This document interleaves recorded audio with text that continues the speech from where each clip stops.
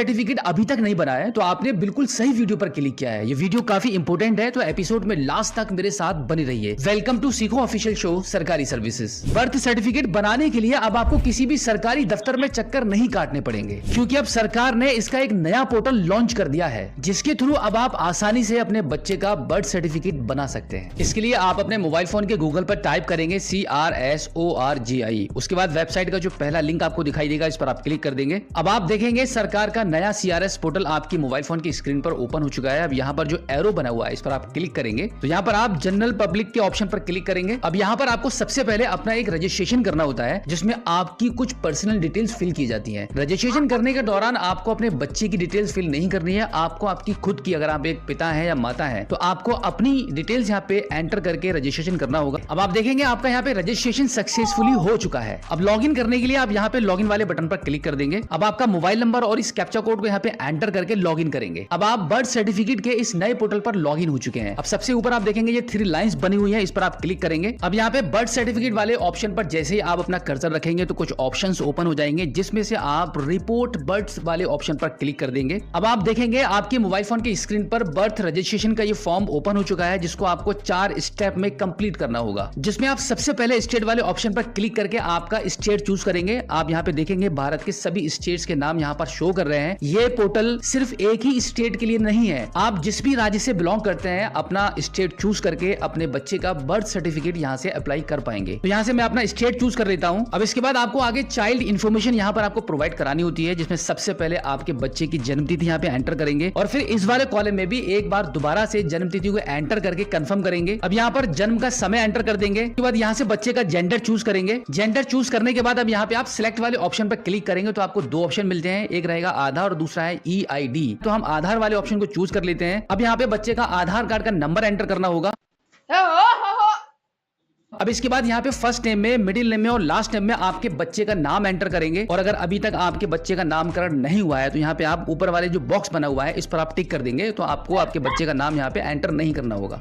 अब इसके बाद फादर्स इन्फॉर्मेशन में यहाँ पे फादर का पूरा नाम एंटर करेंगे, उसके बाद मोबाइल नंबर, ईमेल ID, आधार नंबर एंटर कर देंगे। एंड देन बिल्कुल इसी तरीके से मदर्स इन्फॉर्मेशन में यहाँ पे मदर का पूरा नाम एंटर होगा, मोबाइल नंबर, ईमेल ID, आधार नंबर, ये सब डिटेल्स एंटर करेंगे। उसके बाद बच्चे के जन्म के समय का आपका जो भी एड्रेस रहा होगा उस एड्रेस को आप यहाँ पे कंप्लीटली एंटर कर देंगे। एंड देन अब यहाँ पर पेरेंट्स का परमानेंट एड्रेस एंटर किया जाएगा। अभी ऊपर जो बच्चे के जन्म के समय का जो एड्रेस आपने एंटर किया था, अगर वही आपका परमानेंट एड्रेस है तो आप यहाँ पे यस वाले ऑप्शन को चूज कर लेंगे। अब इसके बाद जन्म का स्थान आपको चूज करना है तो यहाँ पे आप क्लिक करेंगे तो आपको 3 ऑप्शन मिलते हैं। अगर बच्चे का जन्म हॉस्पिटल में हुआ है तो पहले ऑप्शन को चूज कर लेंगे, घर पर हुआ है तो इस वाले ऑप्शन को चूज कर लेंगे, और अगर किसी अदर स्थान पर हुआ है तो आप अदर वाले ऑप्शन को चूज करेंगे। तो यहाँ पर हम अपने अनुसार हाउस वाले ऑप्शन को चूज कर लेते हैं। अब यहाँ पर आपको यह बताना होगा कि क्या जन्म का स्थान तथा बच्चे के माता पिता का पता समान है। अगर ऐसा है तो आप यहाँ पे इस बॉक्स पर टिक कर देंगे। तो अब आपको यहाँ पे माता पिता का जो एड्रेस है वो मैनुअली फिल नहीं करना पड़ेगा। अब इसके बाद सबसे लास्ट में नीचे आने के बाद आप देखेंगे रजिस्ट्रेशन यूनिट वाले ऑप्शन पर क्लिक करेंगे। तो अब यहाँ पर आपकी जो ग्राम पंचायत है उसको आप चूज कर लेंगे। उसके बाद सेव एज ड्राफ्ट वाले ऑप्शन पर क्लिक करके इसको नेक्स्ट करेंगे। नेक्स्ट करने के बाद आप देखेंगे आपका एक फर्स्ट स्टेप यहाँ पे कंप्लीट हो चुका है। अब यहाँ पर बच्चे के जन्म के समय माता पिता का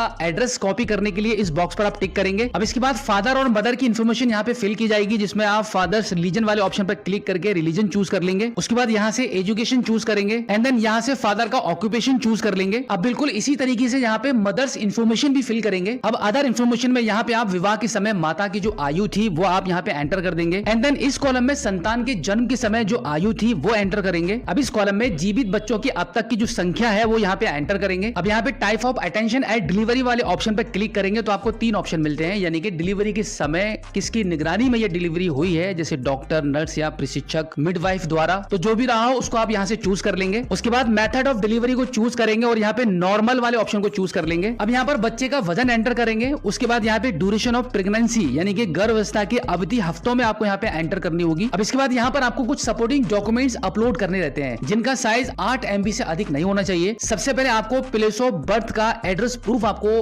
अपलोड करना होगा। डॉक्यूमेंट टाइप वाले ऑप्शन पर क्लिक करके करके आप देखेंगे काफी सारी एक लंबी सी लिस्ट आ चुकी है जहां पे डॉक्यूमेंट्स के नाम लिखे हुए हैं। इनमें से कोई एक डॉक्यूमेंट आप चूज करेंगे। जैसे कि हम यहाँ पे आधार चूज कर लेते हैं। अब ब्राउज एंड अपलोड वाले ऑप्शन पर क्लिक करके आपके आधार कार्ड की कॉपी को यहाँ पे अपलोड कर देंगे। उसके बाद ऑर्डर वाले सेक्शन में आएंगे। यहाँ पर डिस्ट्रिक्ट, सब district, divisional, executive magistrate order को आपको यहाँ पे अपलोड करना होगा। यानी कि अगर आपके बच्चे का जन्म हुए 21 दिन से अधिक हो चुका है और अब आप जन्म प्रमाण पत्र के लिए अप्लाई कर रहे हैं, तो अब आपको तहसील जाकर एसडीएम की एक रिपोर्ट आपको तैयार करानी होगी, जिसकी कॉपी को आप यहाँ पे अपलोड करेंगे। और अगर आप अपने बच्चे के जन्म के 21 दिन से पहले आप यहाँ पे आकर जन्म प्रमाण पत्र के लिए अप्लाई कर रहे हैं, तो ये ऑर्डर वाला ऑप्शन आपको देखने को नहीं मिलेगा। अब इसके बाद एडिशनल डॉक्यूमेंट्स को अपलोड करने के लिए डॉक्यूमेंट टाइप वाले ऑप्शन पर क्लिक करेंगे। तो इनमें से कोई एक ऑप्शन आप चूज कर लीजिए। तो अभी हम यहाँ पे पैन कार्ड को चूज करके ब्राउज एंड अपलोड वाले ऑप्शन पर क्लिक करेंगे और पैन कार्ड की कॉपी को अपलोड कर देंगे। इस प्रकार से सभी डॉक्यूमेंट्स को अपलोड करने के बाद सेव एज ड्राफ्ट पर क्लिक करके नेक्स्ट कर देंगे। अब आप देखेंगे आपने अब तक जो भी डिटेल्स फिल की है उसका प्रीव्यू आपको शो हो जाएगा। आप यहाँ पे डिटेल्स को एक बार चेक कर सकते हैं। सभी डिटेल्स आपको प्रॉपर यहाँ पे शो हो रही है। अब अगर आपकी सभी डिटेल्स यहाँ पे ओके हैं तो आप एक बार इसको नेक्स्ट कर दीजिए। नेक्स्ट करने के बाद एक बार फिर से आपकी सभी डिटेल्स आपको शो होंगी, जो भी डिटेल्स आपने यहाँ पे फिल किए हैं। अब यहाँ पर आप देखेंगे सर्टिफिकेट ऑप्शन आपको मिलता है, यानी कि आप यहाँ पे क्लिक करेंगे तो आपको दो भाषाएं दिख रही हैं, हिंदी और इंग्लिश। इसका मतलब है कि आप अपने सर्टिफिकेट को किस भाषा में चाहते हैं, हिंदी में या इंग्लिश में या फिर दोनों भाषाओं में। तो यहाँ पे हम बोथ वाले ऑप्शन को चूज करके टर्म्स एंड कंडीशन को एक्सेप्ट करेंगे और फाइनली इसको सबमिट कर देंगे। जैसे ही आप इसको सबमिट कर देंगे तो फिर आपके मोबाइल फोन के स्क्रीन पर पेमेंट करने के लिए एक ऑप्शन आ जाएगा। जैसे कि आप यहाँ पे देख सकते हैं, यहाँ पे आपको पहले से ये जानकारी दे दी गई थी। यहाँ पे आप देख पा रहे हैं कि पेमेंट डिटेल्स में आपको ये क्लियर बताया गया है कि यहाँ पर आपसे एक लेट फी ली जाएगी। अगर आप 21 दिन के बाद अपने बच्चे का जन्म प्रमाण पत्र अप्लाई कर रहे हैं, यहाँ पर आपको मात्र 10 रुपए की पेमेंट करनी है और सिर्फ 10 रुपए पे करके ही घर बैठे आप अपने बच्चे का जन्म प्रमाण पत्र बनवा पाएंगे। सबमिट करने के बाद जैसे ही आप 10 रुपए की पेमेंट करेंगे, पेमेंट आपकी जैसे ही सक्सेस होगी, आपके बच्चे के बर्थ सर्टिफिकेट की एप्लीकेशन की कंफर्मेशन आपको मेल के द्वारा मिल जाएगी और जैसे ही 7 to 15 डेज के अंदर आपका बर्थ सर्टिफिकेट रेडी होगा, आपकी मेल आईडी पर भेज दिया जाएगा। तो इस प्रकार से आप घर बैठे ही अपने बच्चों के जन्म प्रमाण पत्र को ऑनलाइन आवेदन करके बनवा सकते हैं। सो आई होप अब आप अच्छे से समझ गए होंगे कि इस फॉर्म को कैसे फिल करते हैं और कैसे बर्थ सर्टिफिकेट बनाया जाता है। अगर आपका अभी भी कोई सवाल है तो इस एपिसोड के एंड में आप हमें फीडबैक के माध्यम से बता सकते हैं।